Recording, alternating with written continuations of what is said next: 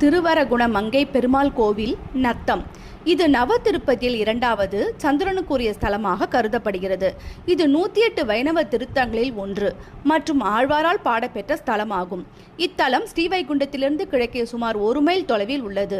இங்கு பெருமாள் பிரம்மனின் ஆணவமடக்கி உரோமச முனிவருக்கு அதிக ஆயுளை அருளியதாக ஒரு வரலாறு உண்டு. முற்காலத்தில் வேதவித் என்ற அந்தணன் திருமாலை நோக்கி கடும் தவம் இருந்ததாகவும் அதன் பயனாக திருமால் வேதவித்திற்கு காட்சியளித்து வேண்டிய வரம் கேட்டருளினார். அதற்கு வேதவித் தங்கள் திருவடிகளை பற்றும் அருளின்றி வேறெதுவும் வேண்டாம் என வேண்டி நின்றார்.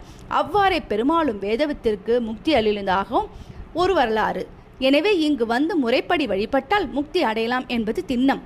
இங்கு பெருமாள் அக்னி பகவானுக்கு சாபம் நிவர்த்தி அருளினார் என்பதும் ஒரு வரலாறு உண்டு.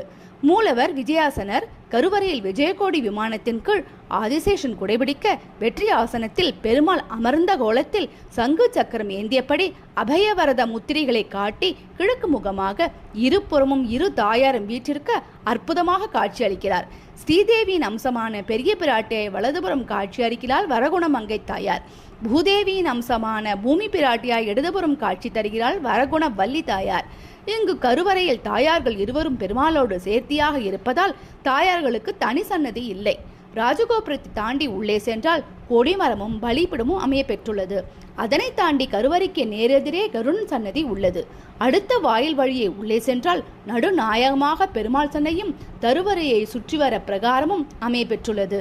முன்பக்கம் தனி சன்னதியில் யோக நரசிம்மர் சன்னதி அமைய பெற்றுள்ளது.